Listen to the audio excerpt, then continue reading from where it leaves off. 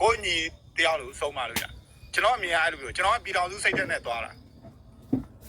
ကျွန်တော်ကအကိုတို့ပြဿနာကိုမသိဘူးကျွန်တော်ဒီကိစ္စဒီလိုတွေဖြစ်လာမယ်ဆိုတာကျွန်တော်အစတည်းကပြောဘူးတယ်ကျွန်တော်ပြန်ပြောမယ်ဒီစကားကို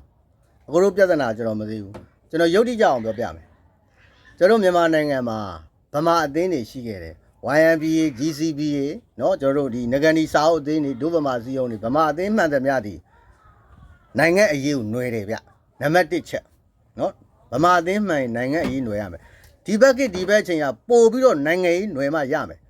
နော်ဗမာနိုင်ငံရေးလှုပ်ဖို့ဆိုတာကဗမာအရေးလှုပ်ဖို့ဆိုတာကဗမာနိုင်ငံရေးနဲ့ကျွန်တော်စက်ကိုဆက်နွယ်ရတယ်နံပါတ်1ယုတ်တိကြကြစဉ်းစားရမယ်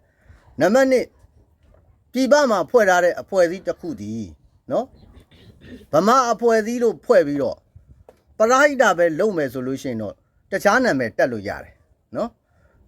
ဗမာအဖွဲ့အစည်းဗမာအသင်းလို့ဖွဲ့ပြီးတော့နိုင်ငံရေးမလုပ်ရဆိုတာကနံပါတ်1အတိတ်ပဲလုံးဝမရှိဘူးနံပါတ်2ဗမာအဖွဲ့အစည်းဖွဲ့ပြီးတော့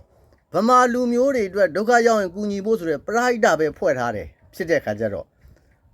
နိုင်ငံအရေးဗမာနိုင်ငံရေးလည်းမလုပ်ဘူးဗမာအရေးပဲတည်တံ့လုပ်မဲ့အဖွဲ့အစည်းတစ်ခုဖြစ်တယ်ဒါဆိုရင်သူတို့ကပရာဟိတတည်တံ့လုပ်ဖို့တခြားအသင်းခေါင်းလို့ရပါနဲ့ဗမာဆိုတဲ့ခေါင်းစဉ်ကြီးကိုဘာကြောင့်တက်တာလဲဆိုလို့ရှိရင်တေကြတာကအနီတွေပါပူပေါင်းပါဝင်ပြီးတော့ပြည်တော်ပြန်ဝင်လို့မရတဲ့အနီတွေကိုဦးစားပေးပြီးပြည်တော်ပြန်ဝင်နိုင်ဖို့ရည်ရွယ်ချက်နဲ့ဖွဲ့ထားတဲ့ဗမာအသင်းတာဖြစ်လိမ့်မယ်လို့ပဲကျွန်တော်ကတော့ပြောချင်တယ်ဗျအခုလိုပြဿနာကျွန်တော်မသိကြိုက်ရကြ